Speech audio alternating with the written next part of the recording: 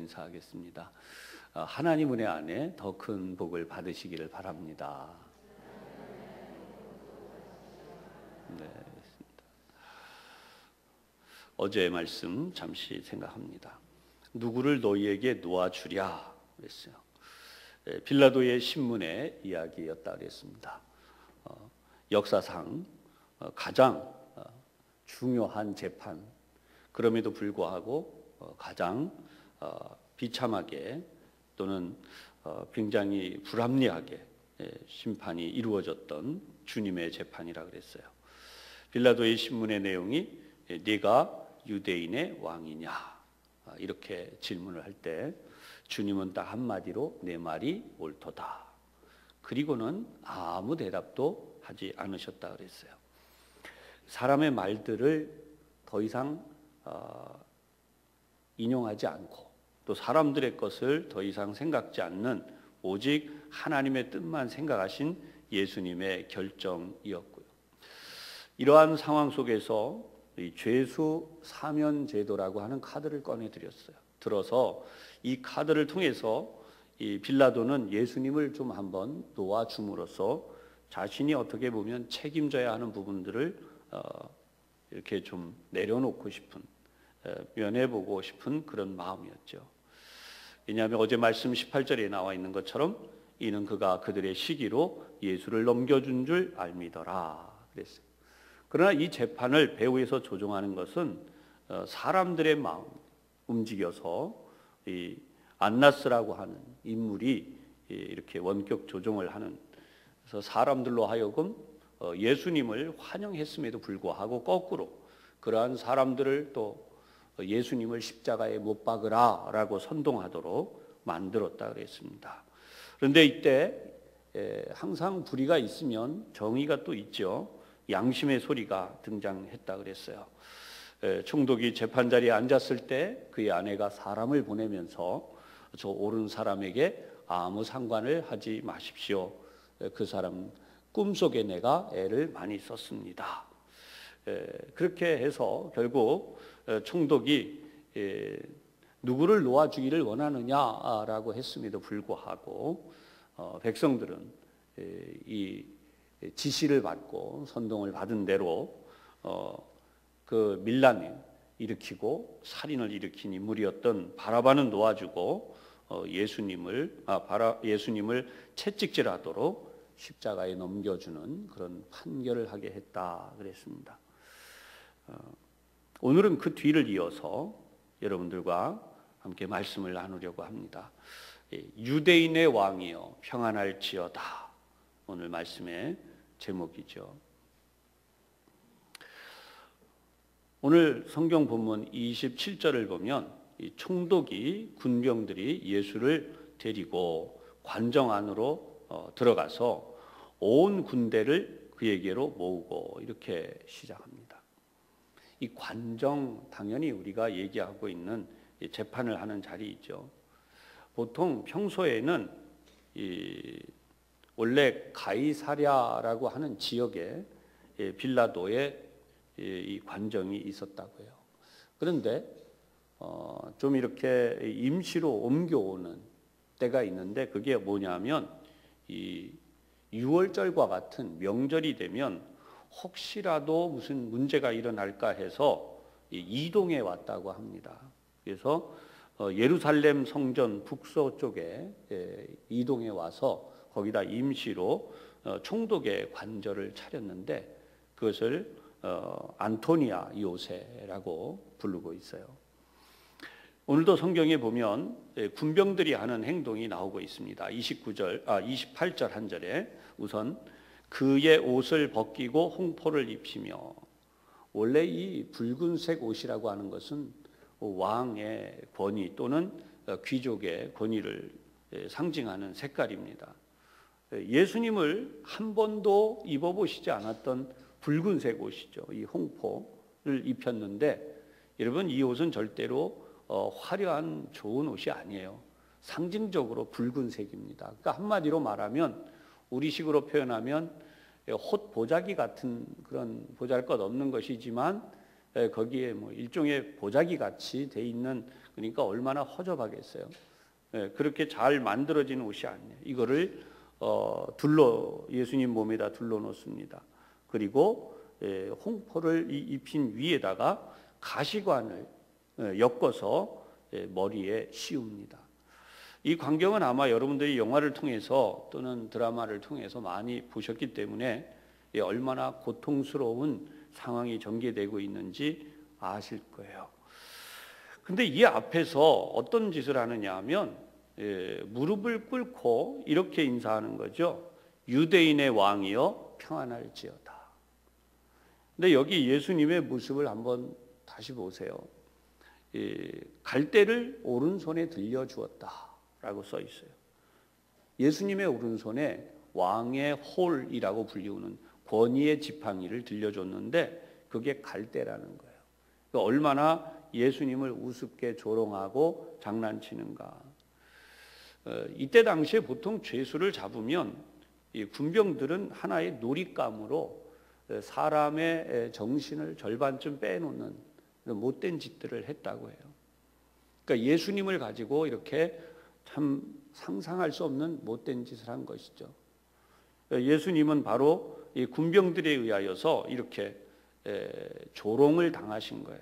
무릎을 꿇고 유대인의 왕이여 평안할지어다.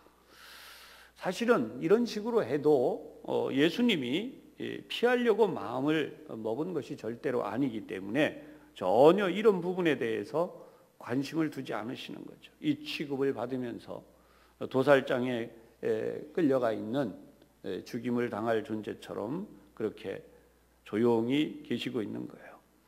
요한복음 19장을 가면 군인들이 이 가시나무로 관을 엮어서 예수님의 머리에 씌웠다라고 분명하게 다시 한번 기록을 하고 있어요. 여러분, 왜 예수님이 가시관을 쓰셨는가? 해석하는 사람들은 여러 가지가 있습니다. 하지만 학자들의 해석 가운데에서 이 예수님의 머리에 가시관을 쓰신 것은 인간이 하나님 앞에 범죄한 생각과 머리로 지은 죄에 대하여 그 값을 치른 것이다 라고 이야기를 하고 있고요. 또 등에 채찍을 맞으시고 또 양손과 발에 못 박히신 것은 손으로 하는 죄와 그리고 발로 짓는 죄에 대하여서 역시 우리를 대신하여 그렇게 하셨다라는 해석들이 있습니다. 어떤 해석이든 간에 분명한 것은 해석도 해석이지만 우리가 이러한 주님의 고난에 대하여 분명한 깨달음이 있어야 한다는 것이죠.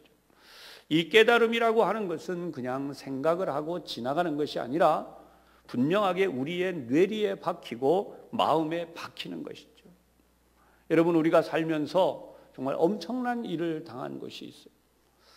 예를 들어서 부모님이 어떤 장소에서 어떤 식으로 돌아가셨다. 특별한 사연이 있는 사람들은 그러한 상황을 결코 평생 동안 잊어버리지 않죠. 성경을 보면 이스라엘 민족이 문지방을 밟지 않는 습관이 있고요. 이러한 습관들이 중요한 어떤 경험들에 있기도 합니다. 우리 모두가 주님에 대하여 생각할 때에 십자가는 장식품이나 어떤 인간의 재미난 상황을 묘사하는 용도로는 절대 쓰일 수 있는 물건이 아니에요. 그럼에도 불구하고 여러분이 아마 많이 보시겠지만 십자가를 장신구로 사용하는 경우가 참 많이 있어요. 그렇다면 그것이 장신구가 아니라 정말 나를 십자가에 못 박고 주님이 십자가에 못 박히신 그 은혜를 기억하면서 날마다 내가 십자가에 죽는 삶을 위하여 그 십자가를 목에 걸고 다니거나 귀에 걸었다라고 하면 충분히 우리는 그럴 수 있다라고 하겠지만 그런 것이 아니라 하나의 장신구로 사용되고 있다라고 한다면 오늘 이 시간을 빌어서 분명히 우리가 이 부분은 대단히 주의하고 우리의 마음 속에도 십자가가 장신구 역할을 하고 있지는 않는가 돌아보고 다시 한번 하나님 앞에 나가야 할 줄로 믿습니다. 진리라고 하는 여기 오늘은 우리가 이렇게 특별히 이 본문에는 나오지 않지만 빌라도는 예수님에 대하여서 한 유명한 질문이 있어요. 진리가 무엇이냐? 여러분, 세상에서 진짜 진리이신 예수님을 눈앞에 두고도 못 알아보고 있는 이 지도자 본디오 빌라도, 너무나 안타까운 이야기죠. 주님은 이제도 우리에게 예수님 자신이 어떻게 우리를 사랑하셨는지를 보여주시는 거예요.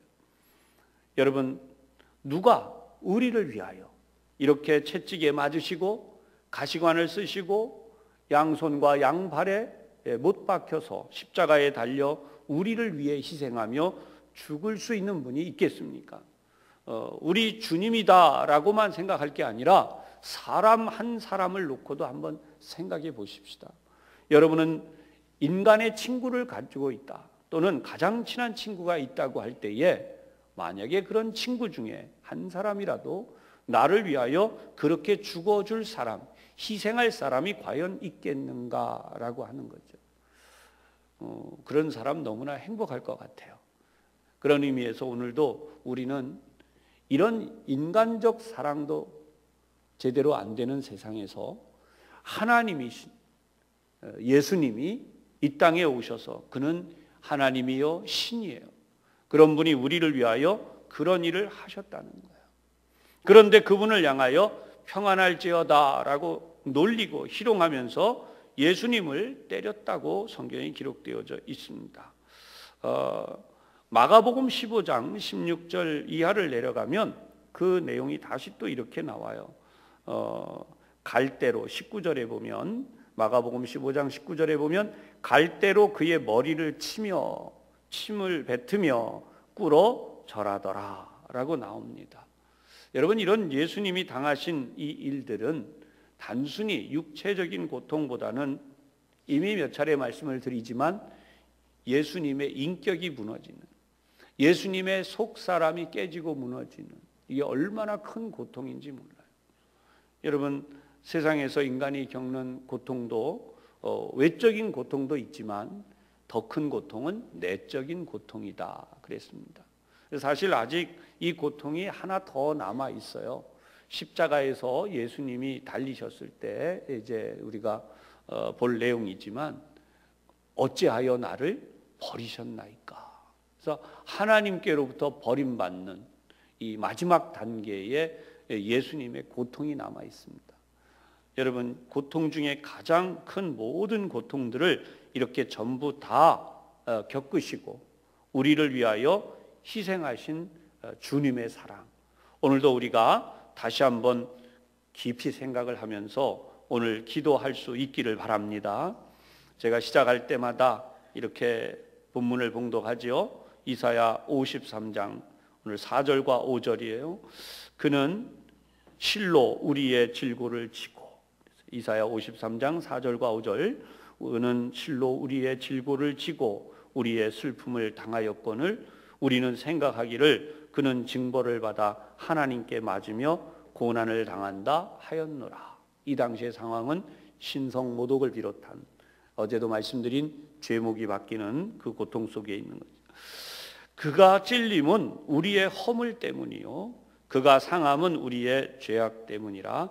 그가 징계를 받음으로 우리는 평화를 누리고 그가 채찍에 맞음으로 우리는 나음을 받았도다.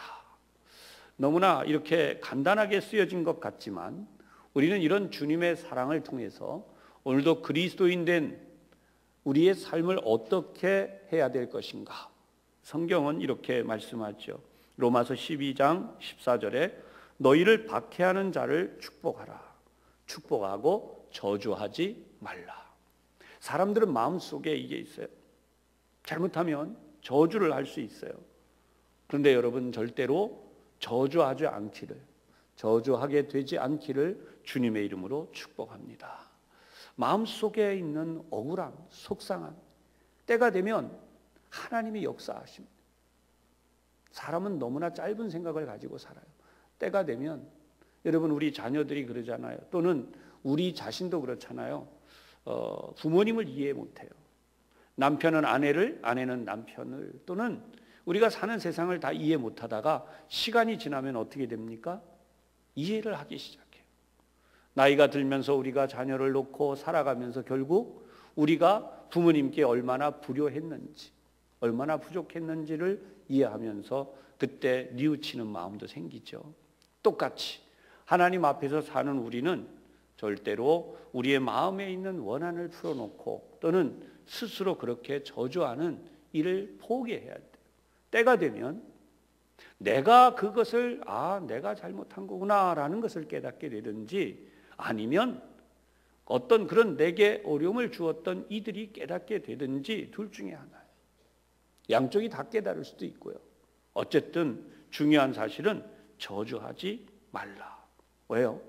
십자가에서 죽으신 주님의 방법이 그게 아니기 때문이죠.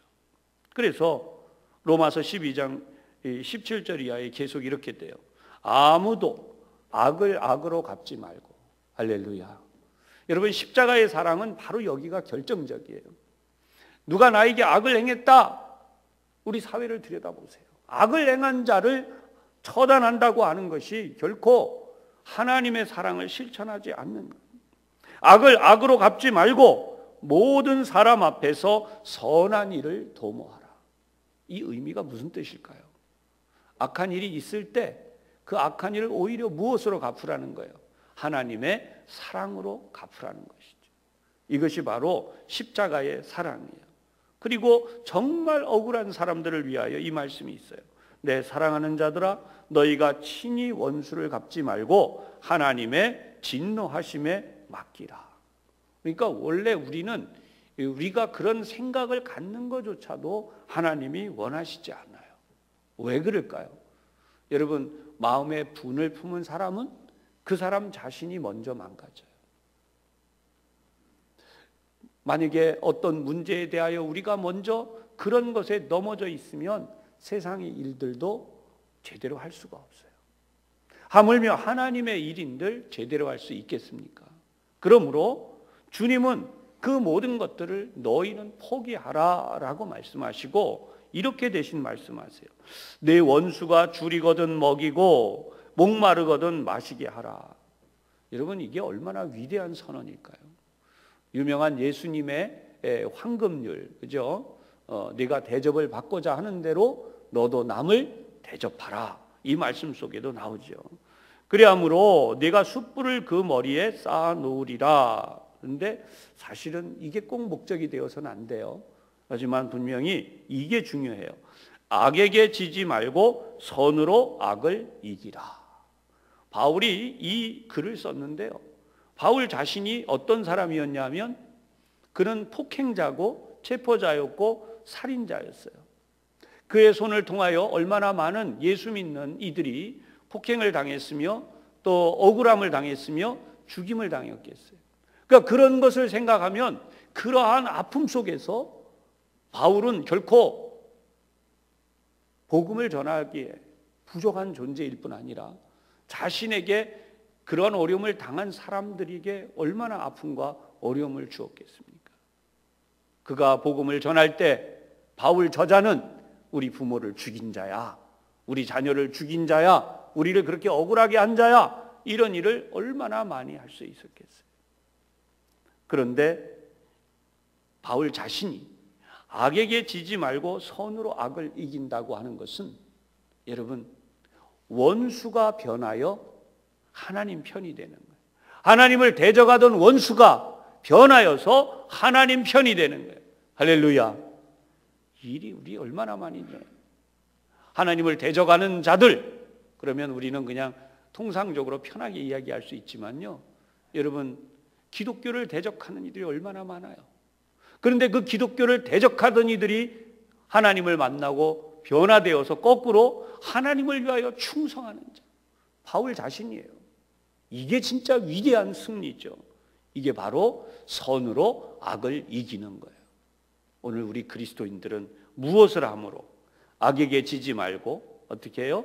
주님의 사랑을 실천함으로 이러한 일이 이루어져요. 절대로 세상 사람들처럼 억울함을 갚는다, 원수를 갚는다 하지 말라 그랬어요. 언젠가도 말씀을 드렸지만 금전적으로 내가 손해를 봐요. 막대한 손해를 볼 수도 있어요. 그러나 그 돈은 하나님이 욥에게 복을 내리시듯이 더 많이 주실 수도 있는 거예요. 우리가 제일 많이 못 견디는 게 금전적인 거라고 그러더라고요.